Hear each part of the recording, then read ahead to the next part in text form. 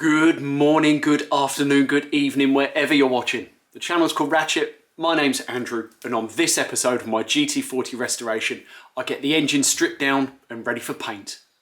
Run the title. Welcome to the channel if you're new. If you're not, thank you for tuning back in for yet another episode. On this one, it's going to be a nice, short, snappy one. Basically, I'm going to split this engine refurb possibly down into two parts. So this episode, I'm going to get it stripped down, show you everything that's coming off of the engine, the condition it's in, how it sits at the moment, get it prepped and ready for paint. Following episode will be getting some paint on all of the necessary parts, reassembling it and getting it ready to go back in the hole. As always, please leave a comment below. Always really enjoy reading what you guys have got to say about the build, pointing out any flaws that I've made, any dead ends that I'm heading down without seeing it myself. It's always really appreciated. Subscribe to the channel if you haven't already.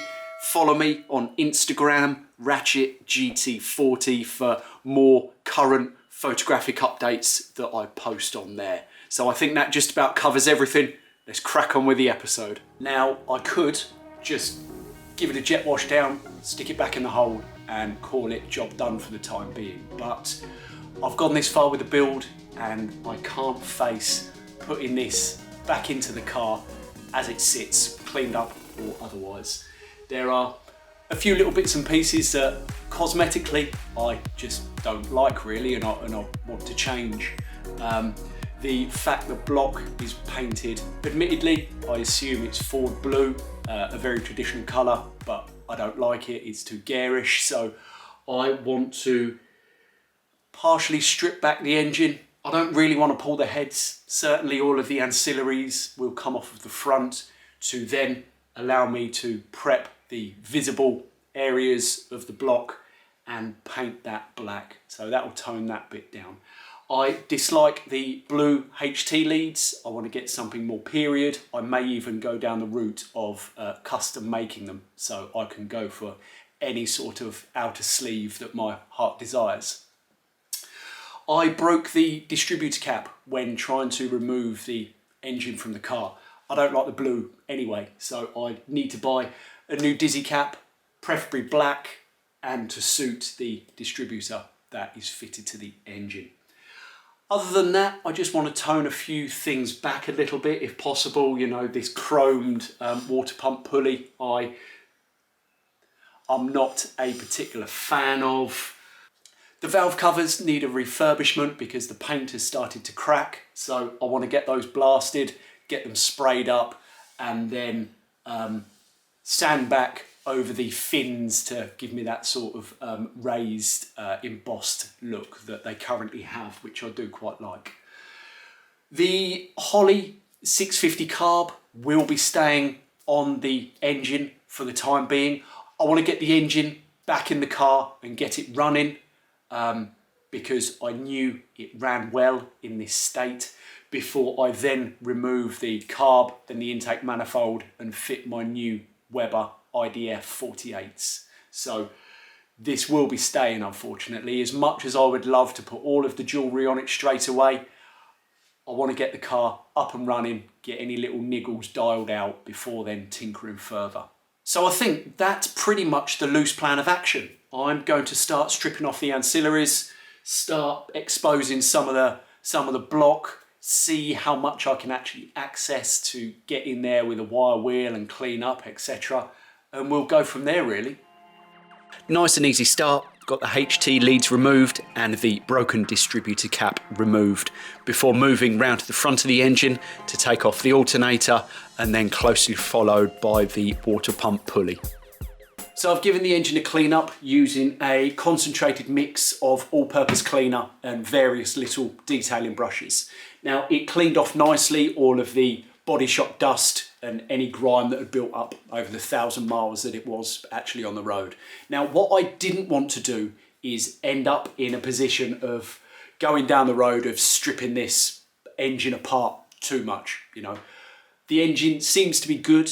It holds all of its fluids. It has no leaks or anything of that nature. So I didn't want to just go in there and start pulling water pumps off, dropping sumps, etc., or just to paint up the block. So what I have done is go around any little areas where there was flaking paint and get that back down to a sound substrate just with a wire brush on one of my air tools. What I do plan on doing is removing the distributor and the inlet manifold plus the clutch and backing plate. So that will give me as much access as I can realistically get without going to too much effort of taking the water pump off, dropping the sump, etc. So this makeover is a bit of a halfway house, but what it will mean is I don't end up going down a rabbit hole of stripping the engine, taking the cylinder heads off, you know, and just going too far with this. I want to get it back in the car. I want to get the car running. I want to get it on the road. So I'm having to rein myself in a little bit on how deep I go into this and just basically do what I've detailed. Removing the body of the distributor, that came out nice and easy before removing the remaining bolts that held the manifold in place. Everything inside the top of the engine looked really lovely and clean, which is what I would expect to see. And then coming around to the back, got the clutch bolts rattled off, flywheel removed.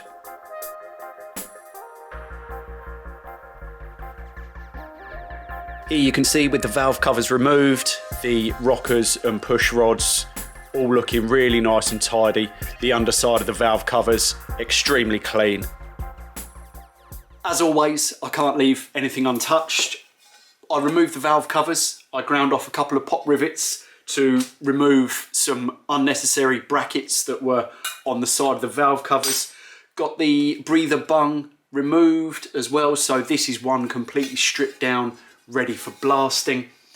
And then on the other valve cover, one thing that really annoyed me, and it did, believe it or not, was how long the filler neck tube was on the oil cap. So what I did was actually cut it down to a much more suitable length, so it's not going to protrude too much and look far more subtle. So again, just something daft that I just wanted to get sorted. So I think these can now both go off to the blasters. Then when they come back, I can get them sprayed in satin black. So I've started the masking up job and it's fairly tedious, as you can imagine, getting around all of the intricate little bits and pieces of the back of the water pump, get the sump taped off and get any other pieces masked off that I don't want to get paint on. And then we're slowly heading towards getting this in a first coat of etch primer. So it's coming on, it's slow going, just taking my time, just to make sure I do everything the best as possible, and we'll just keep going on, keep moving forward.